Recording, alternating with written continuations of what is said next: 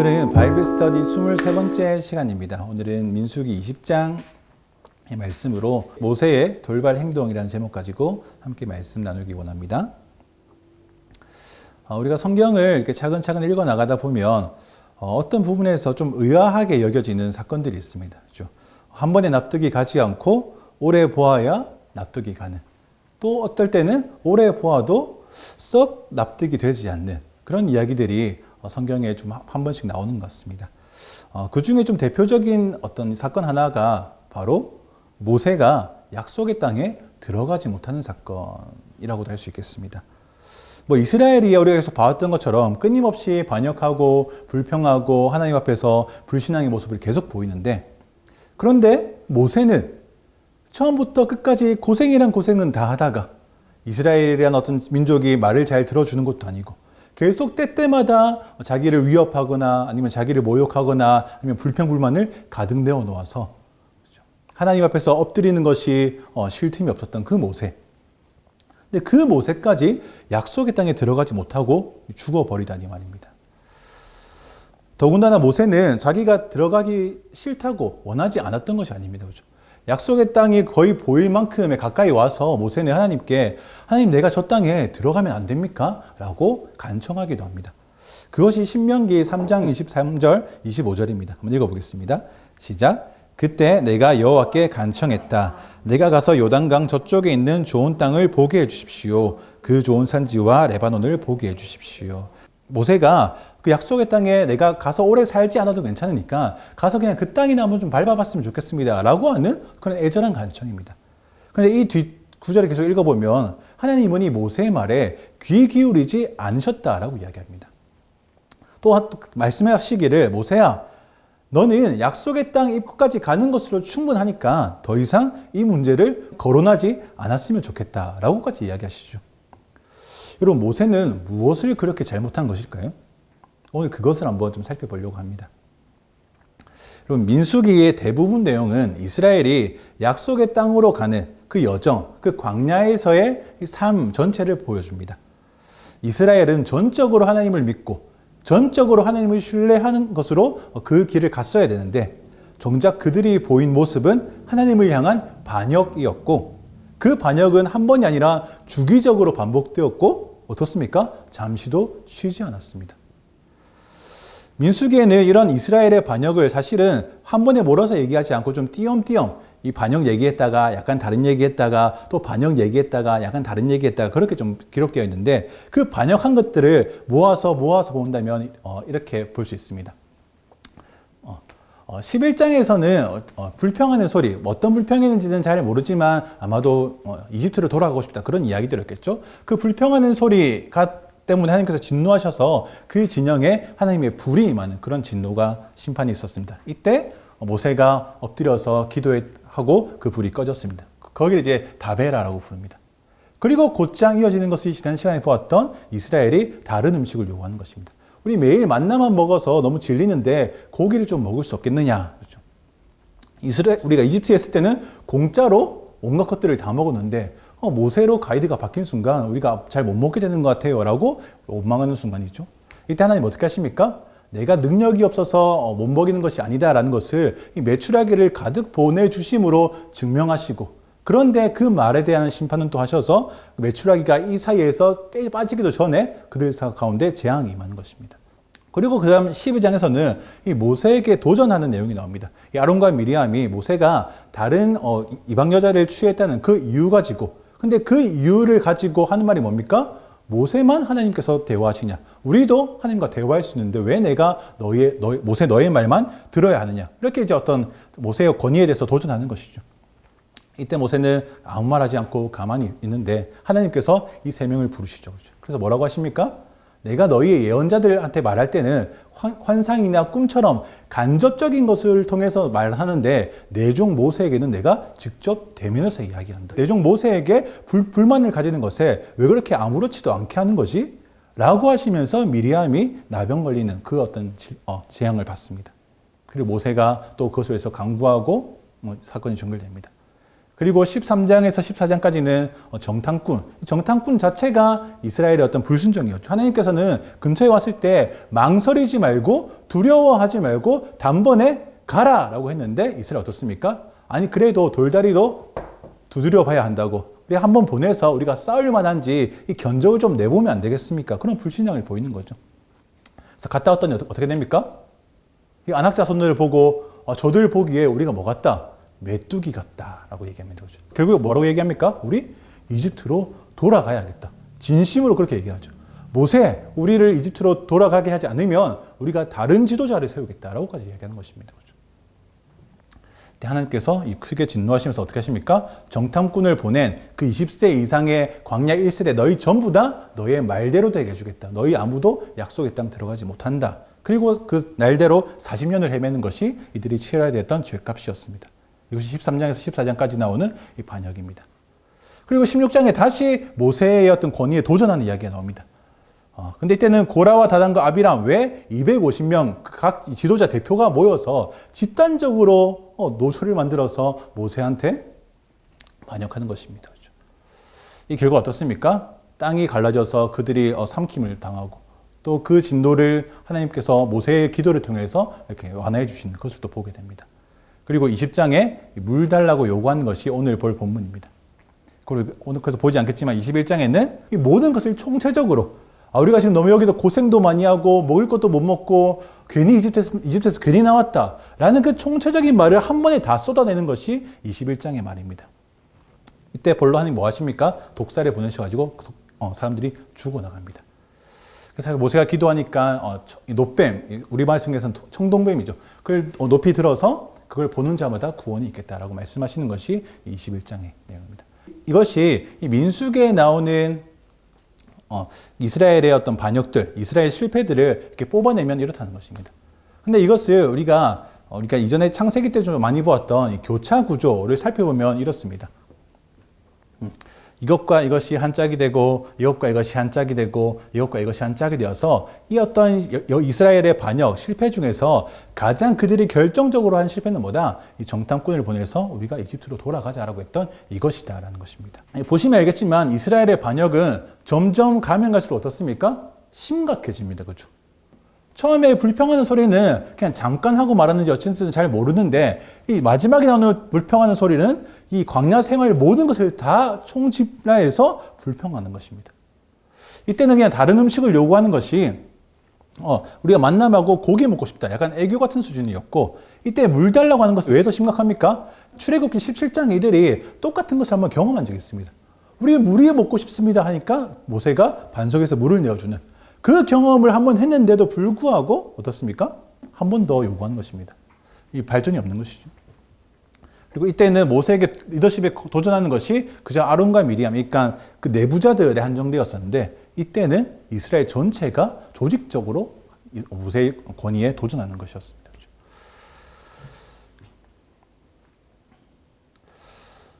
그래서 결국 이 반역들의 결정판, 이 정탐꾼 사건을 통해서 아무도 약속의 땅에 들어가지 못하고 다 죽게만 되는 40년 동안 그 광야를 헤매게 되는 그 벌을 받는 것이 이스라엘 전체의 어떤 이 1세대의 광야 결말이라는 말입니다. 오늘 볼 것은 20장 이 물 달라고 하는 요구의 사건입니다. 우리 민수기 20장 2절 한번 읽어보겠습니다. 시작. 회중들이 물이 없어 모세와 아론을 대항해 모여들었습니다. 회중들, 이스라엘 말하는 거죠. 물이 없어서 모세와 아론에게 모여들었다는 말입니다. 물이 없습니다. 왜 물이 없을까요? 이들 지금 어디 가고 있습니까? 광야 가고 있죠. 광야는 당연히 물이 부족하고 물이 없는 게 사실입니다. 여러분, 사람에게 물이 얼마나 중요합니까? 그죠? 근데 그 마실 물이 없다, 쓸 물이 없다는 것은 사실 꽤 심각한 일입니다. 그럼 광야에서 마실 물이 없어서 마실 물이 없다고 불평하는 것은 어떻게 보면 타당한 일 같죠. 그죠? 하지만 그들의 죄는 뭡니까? 물이 없어서 물이 없다고 한 그것이 이들의 결정적인 죄가 아닙니다. 그죠? 뭐가 죄입니까? 아까 얘기했지만 출애굽기 17장에서 이미 물이 없다고 불평한 적이 있고 그때 물을 주시는 하나님을 경험했단 말입니다. 그럼 하나님을 믿는 사람이라면 아니면 학습 경험이 좀 있는 사람이라면 어떻게 되겠습니까? 우리가 또 물이 없네? 하지만 걱정할 것 없지. 왜? 이전에 우리에게 물을 내어주신 하나님이 지금도 우리와 함께 하시니까 하나님께 의뢰하면 하나님 물 주실 거야. 그렇죠, 모세씨. 라고 하면 모세가 오케이, 내가 물 달라고 간구하겠다 하는 것이 가장 예쁜 그림인데, 그죠? 이 정도는 되어야 뭔가 하나님의 백성, 언약 백성 되지 않겠습니까? 그런데 이스라엘은 어떻게 했을까요? 민수기 20장 3절에서 5절입니다. 읽어보겠습니다. 시작. 그들이 모세에게 대들며 말했습니다. 우리 형제들이 여호와 앞에서 쓰러져 죽을 때 우리도 함께 죽었더라면 좋았을 텐데 당신은 왜 여호와의 총회를 이 광야까지 끌고 와서 우리와 우리 가축들이 여기서 죽게 하십니까? 왜 우리를 이집트에서 이끌어내어 이 끔찍한 곳으로 데려왔습니까?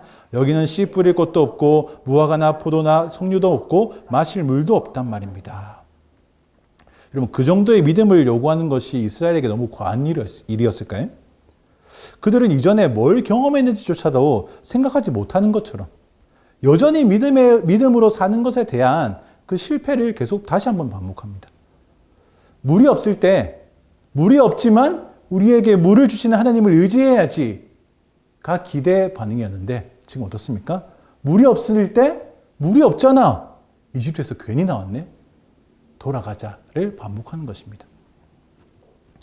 이스라엘의 문제는 물이 없어서 물이 없다고 한 그 타당한 이유가 아니고 하나님을 여전히 신뢰하지 않는데 이스라엘 죄가 있는 것입니다. 어쩌면 우리 때때로 그런 생각을 슬쩍 할 때도 있습니다. 그죠? 내가 하나님 안 믿었으면 어떻을까? 이런 생각.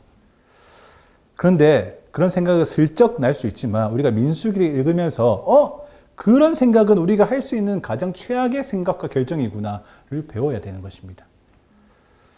이스라엘의 실패, 이스라엘의 반역의 모습을 거울 삼아서 우리는 우리의 문제나 어려움이 있을 때 하나님 앞에 엎드리고 하나님을 신뢰하고 하나님을 의지하는 것만이 우리가 할 수 있는 전부라는 것을 알아야 하는 것입니다. 어쨌든 이런 이스라엘의 불평, 늘 그래왔듯이 하는 그 불평 앞에 모세는 어떻게 반응합니까? 모세도 늘 그래왔듯이 하나님 앞에 엎드립니다. 하나님은 이스라엘 전체가 불평하고 불만을 표하고 하나님 앞에 반역하고 있을 때 그때에도 유일하게 하나님 앞에 엎드려 있는 자 모세와는 대화를 끊지 않으신다는 것입니다. 우리 민수기 20장 7절에서 8절 읽어보겠습니다. 시작.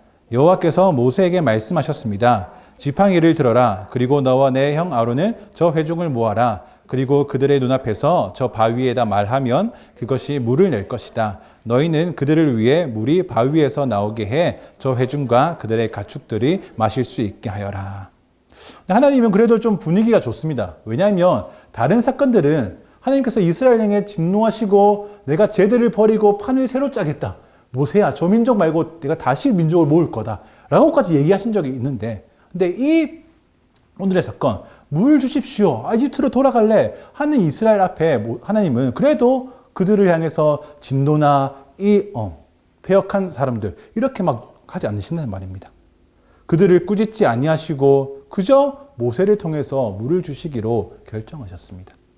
모세에게 모세야 지팡이를 들어서 사람들을 모으고 바위에다가 물을 내라 라고 말을 하면 물을 낼 거야. 그리고 물 나오는 물을 마시게 하면 된다라고 말씀하십니다. 하나님께서 말씀하신 게 뭐라고요? 3가지입니다. 모세야 지팡이를 들어서 사람을 모아라. 2번째, 모아졌으면 바위에게 말을 해서 물을 내게 해라. 물을 내면 어떻게 해라? 회중과 가축들이 마시게 하면 된다는 거죠. 이 3가지 잘 기억하고 계십시오. 하나님의 말씀입니다. 지팡이를 들어서 사람 모으고 물 내라고 말하면 물을 줄 것이다. 여러분 여기까지만 보면 이 사건은 다른 사건에 비해서 조금 부드럽게 잘 마무리되는 것처럼 보입니다. 그렇죠? 20장 9절입니다. 읽어보겠습니다. 시작. 그러자 모세는 그분이 명하신 대로 여호와 앞에서 지팡이를 집어들었습니다. 하나님께서 명하신 것이 뭐였습니까? 지팡이를 들어서 사람들이 모이게 그 첫 번째였죠. 모세는 잘했습니다. 그분이 명하신 대로 여호와 앞에서 지팡이를 집어들었습니다. 그런데 이 다음부터가 문제입니다. 여러분 이상하게 갑자기 모세가 평소와는 다르게 이 돌발 행동을 취합니다. 여러분 여기서 돌발 행동이라는 것은 하나님께서 명하지 않으셨는데 모세가 자기 임의로 어떤 액션을 취한다는 것입니다. 돌발 행동 첫 번째는 말로 하는 것이었습니다. 하나님이 지정하신 바위 앞에 이스라엘을 모았습니다. 그 다음에 우리가 하나님 말씀하신 것이 무엇이었습니까? 바위에게 말해서 물을 내는 것이었습니다. 모세가 여기까지 했단 말입니다. 그렇죠? 이제 모세가 해야 될 행동은 뭡니까? 바위에게 말하는 것이었습니다. 이제 바위한테 말할 차례인데, 그런데 모세가 다른 행동을 합니다. 20장 10절입니다. 읽어보겠습니다. 시작. 그와 아론이 총회를 바위 앞에 모으고 모세가 그들에게 말했습니다. 너희 불순종하는 사람들아 들으라. 우리가 너희를 위해 이 바위에서 물을 내겠느냐. 아까 말씀 보십시오. 순서. 이제 바위에게 말할 차례인데, 지금 다시 말씀으로 돌아가면 모세가 바위한테 말하지 않고 누구한테 말합니까? 모여있는 이스라엘한테 말합니다. 여러분, 이거는 예정에 없던 일이에요. 시나리오에 없던 일입니다. 모세는 지팡이를 들어서 사람을 모은 다음에 이제 바위를 향해서 말할 차례인데, 갑자기 모세가 어떤 마음이 생겼는지 눈을 바위한테 떼서 이스라엘을 향한 다음에 이스라엘을 향해서 말하기 시작하는 것입니다. 보통은 하나님께서 이스라엘 가운데 하신 말씀이 있으시면 모세야 이스라엘에게 이렇게 말해라 라고 운을 뗀 다음에 하나님의 말씀을 전하십니다.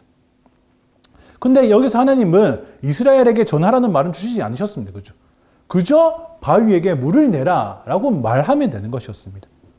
근데 그 순간 모세는 안에서 뭔가 이 참을 수 없는 꿈틀거림이 있었는지 하나님의 명령 순서 사이에 하나를 쑥 집어넣는 것입니다. 무엇이라고 말했습니까? 너희 불순종하는 사람들아 들어라 하는 것입니다. 개역개정 예전 성경에서는 패역한 사람아 들어라 이렇게 되어 있습니다. 이스라엘에게 패역한 사람아, 불순종하는 사람아. 이게 틀린 말입니까, 여러분? 맞는 말입니다. 이스라엘은 여전히 하나님을 신뢰하지 않고 있습니다. 하나님을 향해서, 모세를 향해서 불평과 원망을 쏟아내는 그 이스라엘은 패역한 거 맞고 불순종하는 거 맞습니다. 그런데 지금 이 타이밍이 어떤 타이밍입니까? 모세가 이스라엘을 판단할 타이밍이 아니라 하나님의 말씀에 그대로 순종해야 될 타이밍입니다. 그렇죠? 실제로 오늘 본문에서 아까 보았지만 하나님은 이스라엘을 어떤 식으로 평가하거나 판단하는 말씀은 없습니다. 그런데 모세는 이스라엘을 향해서 당연하다는 듯이 이 불순종하는 패역한 사람들아, 이 사람들아도 사실 고운 말이고 이 불순종하는 놈들아 이 정도 되겠죠. 그러니까 모세의 악감정이 좀 쌓여있던 것이 터져 나오는 순간입니다.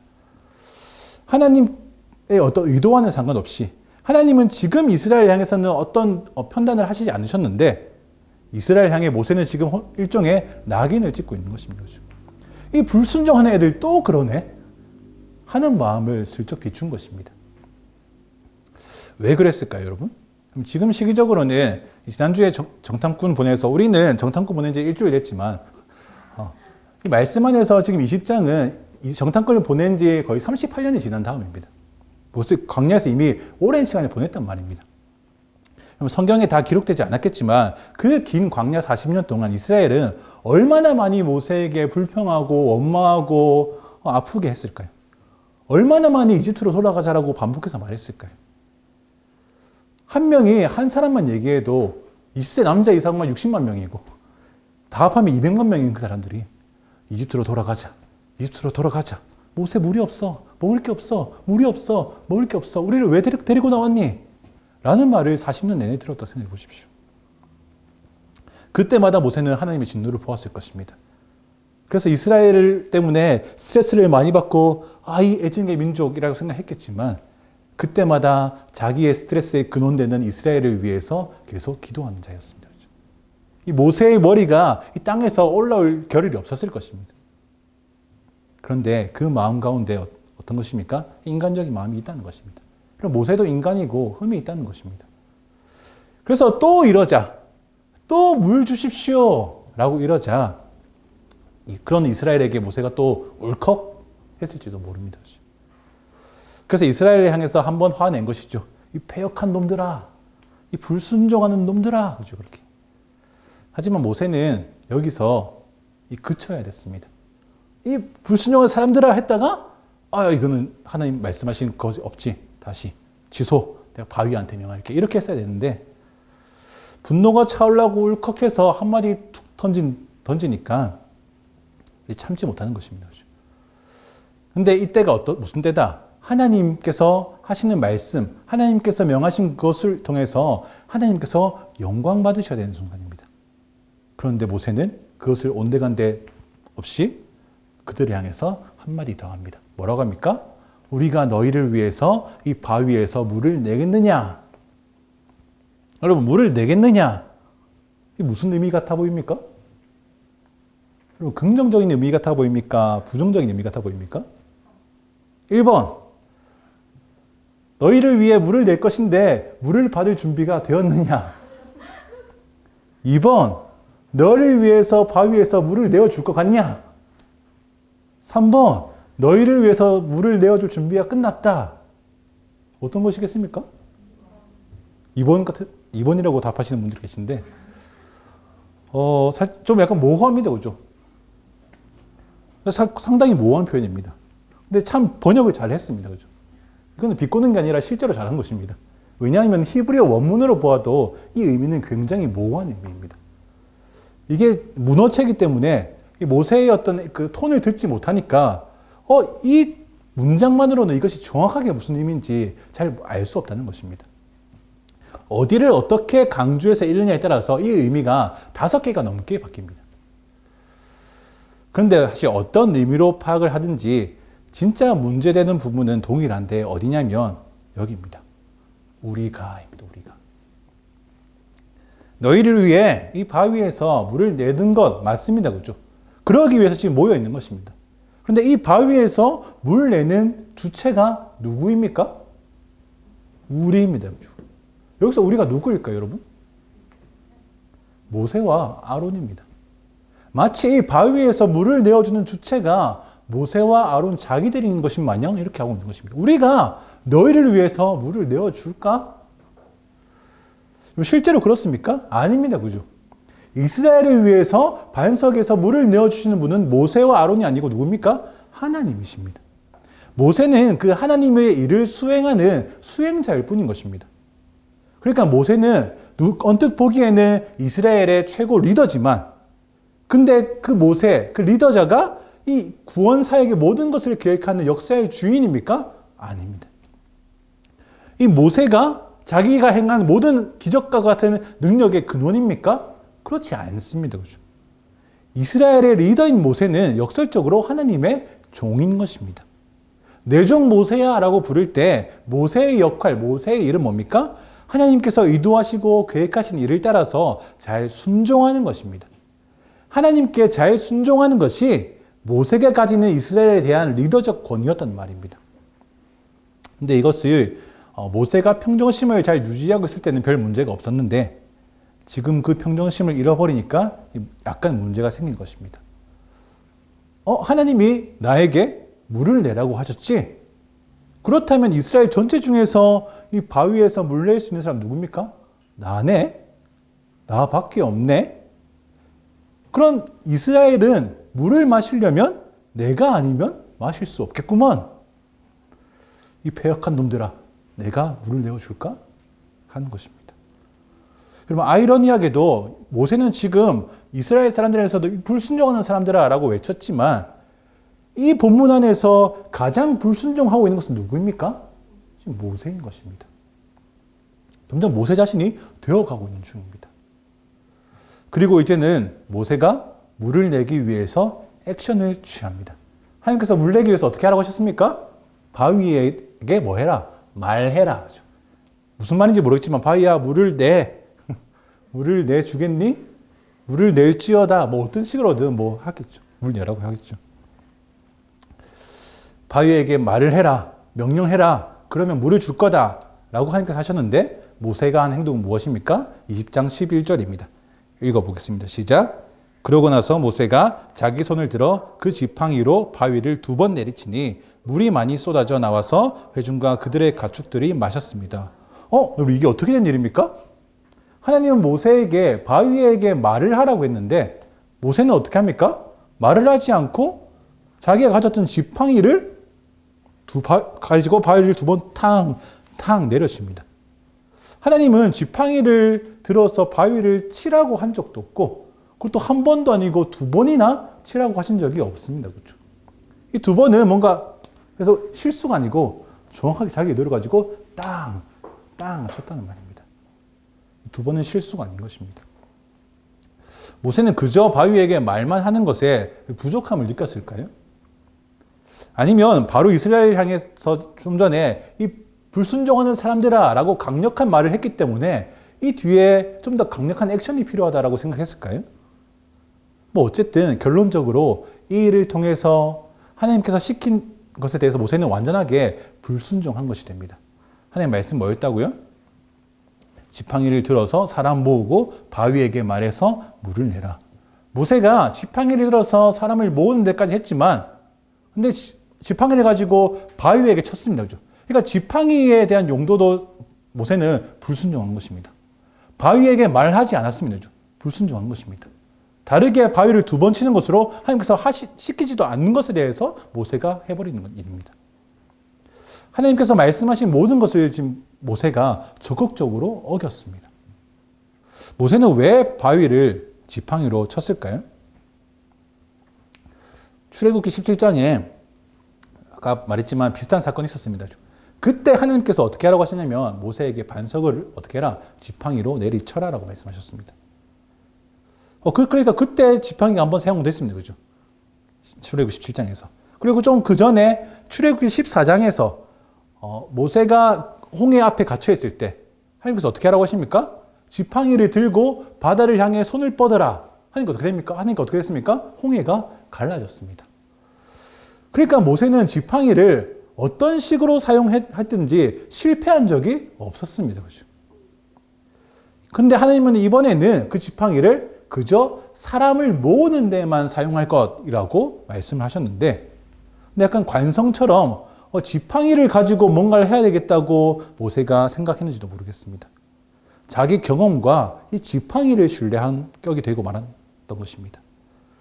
하나님의 운행하심에 자신을 전적으로 맡겼어야 됐는데 그러지 못했다는 말입니다. 사람은 조금 상황이 익숙하고 내가 좀 한다 싶으면 언제든 하나님 의지하기를 제쳐두고 자기 힘으로 뭔가를 해내려고 하는 것이 있습니다. 이런 걸 세상에서 뭐라고 합니까? 노하우라고 부릅니다. 일종의 지팡이 노하우가 생긴 것입니다. 노하우 첫 번째, 노하우 팁 첫 번째, 물과 관련한 하나님의 역사일 경우 지팡이를 사용한다. 이 모세 안에 이렇게 지팡이에 대한 노하우가 생긴 것이죠. 하지만 하나님 앞에서 이런 노하우는 뭡니까? 그냥 자기를 신뢰하는 것, 자기 경험을 신뢰하는 것, 불순종일 뿐이라는 것입니다. 여러분, 얼마나 많은 사람들이 하나님의 역사 앞에서 자기의 노하우를 신뢰하고 자기의 노하우를 자랑하려고 하는지 모릅니다. 자기가 좋게 경험한 것, 자기가 좋다고 판단한 것, 그것이 실제로 그때에는 하나님의 말씀을 잘 따랐던 것일 수 있습니다. 그러면 사실은 자기가 과거에 경험한 좋은 것은 그저 과거의 것으로 잘 남겨두고 오늘 하나님께서 새롭게 하시는 말씀이 뭐지? 무엇이지?를 구해야 하는 것인데 우리 인간의 습성 뭡니까? 내가 어떻게 얻은 이 노하우인데 이걸 내버려 둘 수 없지. 그냥 내팽개칠 수 없지. 과거의 경험을 오늘 내가 토시 하나 안 틀리게 적용시켜야겠다라고 하는 순간 어떻게 됩니까? 그때부터 그 사람은 오늘 말씀하시는 하나님은 들을 수 없게 되는 것입니다.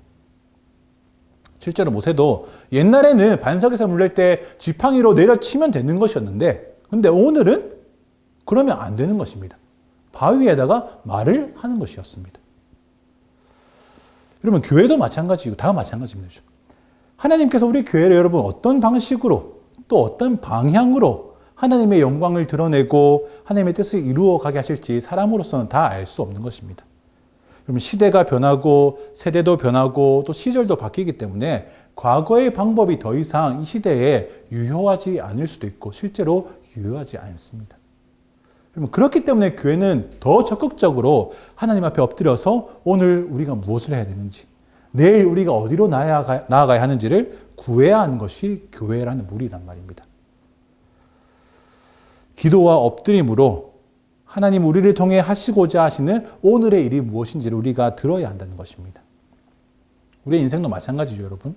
모두가 이것이 우리 인생이 우리의 계획대로 되는 것이 하나도 없습니다. 있는 것 같지만 실은 없습니다.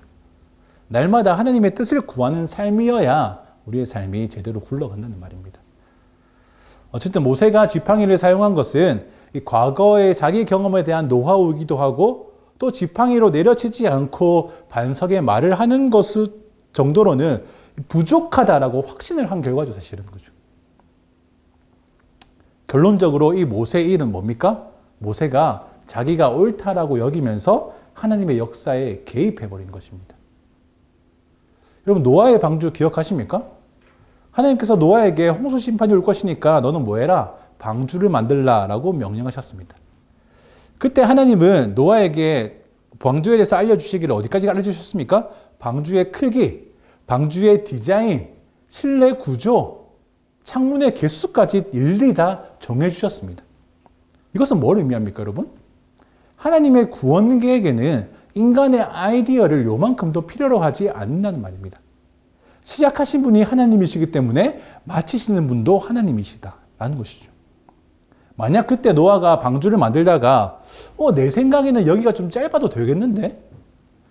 나는 창문을 여기다 조금 더 내고 싶은데? 나는 기둥을 여기 좀 시야가 가리니까 빼고 싶은데?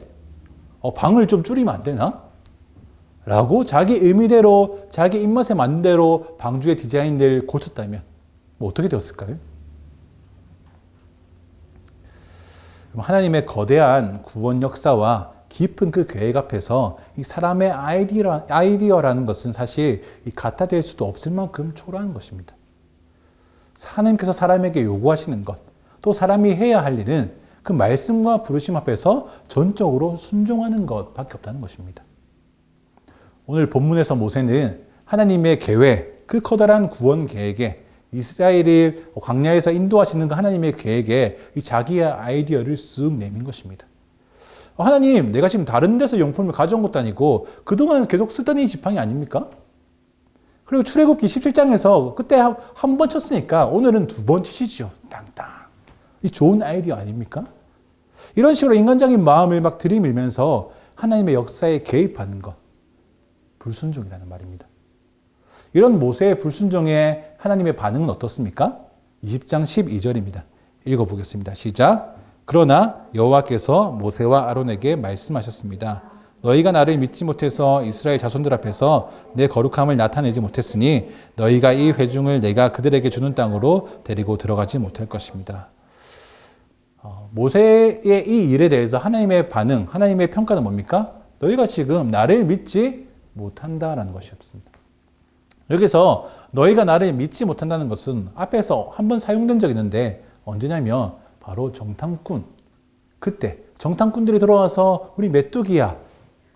이스라엘 백성들이 웅성웅성거리면서 이집트로 돌아가자. 약속의 땅이고 뭐고 이집트로 돌아가서 우리 살 길 찾자.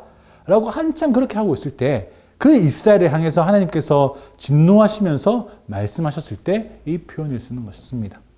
민수기 14장 11절입니다. 읽어보겠습니다.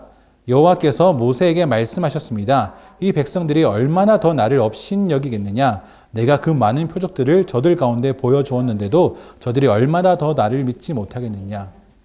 그러니까 다음 페이지를 보시면 오늘 말씀하시는 모세에게 하는 나를 믿지 못하고 있다 너가. 이것은 이전에 이스라엘에게 정탐꾼 돌아와서 그 극한 진노를 너희가 지금 이스라엘 너희 전체가 가나안 땅으로 들어가지 못할 거야. 그 말씀하실 때 했던 나를 믿지 못하느냐와 동일한 표현이란 말입니다. 그래서 이 두 사건의 결말, 두 사건의 하나님의 심판은 같습니다. 뭡니까? 약속의 땅으로 들어가지 못하는 것입니다. 이스라엘 1세대 전체 약속의 땅 들어가지 못하고 모세와 아론도 동일하게 들어가지 못한다는 것입니다. 그럼 우리가 알 수 있는 게 뭡니까?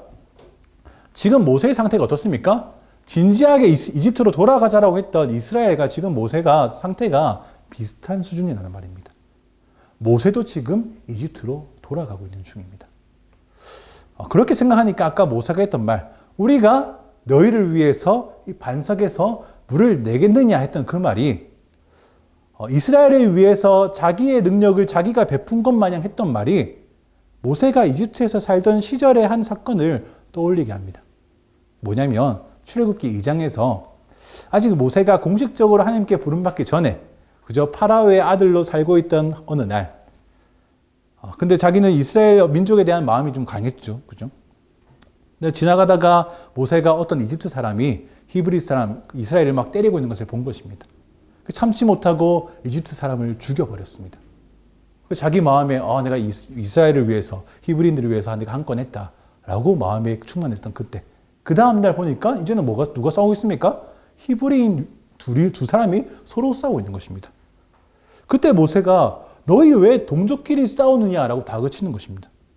그 말의 전제가 뭡니까? 내가 기껏 너희를 위해 이집트 사람을 내 힘으로 죽여주었는데, 근데 너희는 왜 너희끼리 싸우고 있니라는 것이죠. 히브리 사람, 이스라엘을 위해서 내가 주체가 돼서 내 힘으로, 내 능력으로 이집트 사람을 죽여줬는데 너희는 왜 그러고 있는 거야? 그때 이집트 사람을 죽인 것은 하나님의 뜻도 아니었고 말씀도 아니었고 순전히 모세의 혈기였습니다. 그렇죠? 지금 그때의 모세가 오버랩 되면서 여기에 나오는 것입니다. 이 불순종하는 자들아, 내가 너희를 위해서 반석에서 물을 내어줄까? 모세가 그동안 참 잘했는데 결정적으로 이때의 돌발 행동은 그저 하나님께 부름받기 전에 있었던 그 이집트에서 머물렀던 모세로 되돌려 놓은 것 같습니다. 하나님을 믿지 못하는 불순종에 이른 것입니다. 이 대가는 생각보다 꽤 컸습니다. 그죠? 아까 말했지만 대가가 뭐였습니까? 모세와 아론이 약속의 땅에 들어가지 못한다. 이 1세대에 너희도 포함된다라는 말입니다. 여러분, 여기서 우리가 의아한 것입니다. 그죠? 왜 의아합니까? 이런 생각을 하는 것이죠. 이스라엘이야 수도 없이, 그죠? 하나님께 불순종한 것이 이렇게 많은데. 근데 그것에 비하면 모세가 한번 이런 거 그럴 수도 있지, 사람이. 라고 하는 것이죠. 여러분, 이거 얼마나 죄를 합리화시키는 것을 전제로 두고 하는 말입니까? 사람이 살다 보면 죄 한번 지을 수 있지. 틀린 말은 아닙니다만, 그렇다고 그렇게 당당하게 할 수 있는 말도 아닙니다. 그죠? 사람이, 특별히 믿는 사람이 죄에 대해서 가질 수 있는 유일한 태도는 무엇입니까? 유일하게 할 수 있는 것이 무엇입니까? 회개입니다. 우리가 죄에 대해서 가질 수 있는 태도와 마음은 회개하는 것이지, 다른 사람하고 비교해서 저 사람은 저런 짓도 하는데? 근데 아무렇지도 않게 하는데? 저는 이번 한 번인데요. 혹은 내가 이전에 잘한 업적을 두고 내가 이전에 이만큼 좀 잘했으니까 내 업적이 이마이마하니까 우리 예점을 봐서 한 번만 좀 봐주지 라고 하는 이 세상적인 개념은 하나님 앞에서 통하지 않는다는 말입니다. 심지어 모세라고 하더라도 그가 이집트로 돌아가 버린 상태로는, 하나님을 믿지 못하는 상태로는, 거룩하심을 나타내지 못하는 상태로는 약속의 땅에 들어갈 수 없다는 것입니다. 약속의 땅에 요만큼의 불신을 가지고 들어갈 수 없다. 약속의 땅에 믿음 없이 들어갈 수 없다. 왜 그렇습니까? 약속의 땅에 이스라엘이 들어가는 순간 광야 때보다 더 큰 믿음이 필요하기 때문에 그렇습니다. 더 큰 믿음과 신뢰가 그들에게 주어져야 하기 때문에 그렇습니다. 나중에 여호수아 와서 보면 알겠지만 여러분, 가나안 땅 들어가서 하는 첫 번째 전투가 뭡니까? 여리고성 전투입니다. 그럼 그게 사실 말이 전투입니까? 그들이 여리고성을 무너뜨리고 한 일이라고는 조용히 입 다물고 성을 뺑글뺑글 돌다가 마지막에 소리 한번 치니까 무너졌죠. 이것이야말로 하나님의 말씀을 전적으로 믿고 신뢰하지 않고서는 할 수 없는 일입니다. 그간의 전투 개념, 그간의 전쟁 개념을 완전히 무시하는 행동이거든요. 근데 만약 하나님을 완전히 신뢰하지 못하는 상태로, 우리는 메뚜기다, 이 상태로, 혹은 지금 말씀하시는 하나님보다 예전의 노하우를 더 신뢰하는 그 상태로 여리고성 앞에 섰다고 생각해 보십시오. 여리고성 앞에서 빙빙 돌라고 하는 말씀 들었을 때 그들이 어떻게 하겠습니까?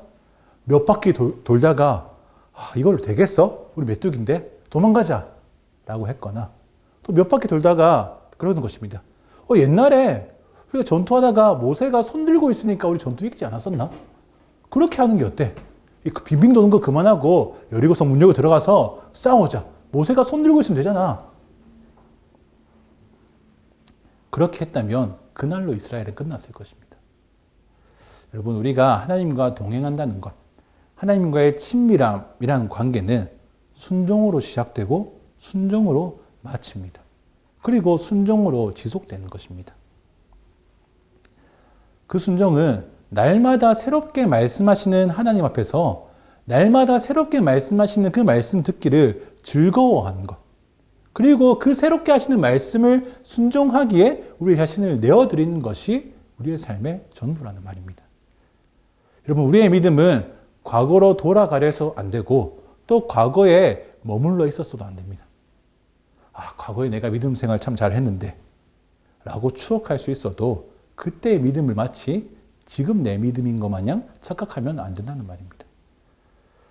여러분, 같은 문제, 같은 장소, 같은 사건이라 하더라도 하나님은 예전에는 바위를 지팡이로 치라 하셨고 오늘은 바위에게 말하라고 하십니다.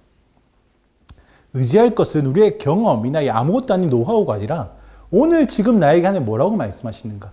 그것이 유일하게 우리가 의지할 것이라는 말입니다. 여러분, 내 경험을 의지할 것 아닙니다. 그죠? 오늘 말씀하신 하나님을 여러분 의지하십시오. 오늘은 여러분 오늘의 믿음으로 살아가셔야 됩니다. 오늘은 오늘의 말씀으로 사셔야 됩니다. 오늘은 오늘의 은혜로 살아야 한다는 말입니다.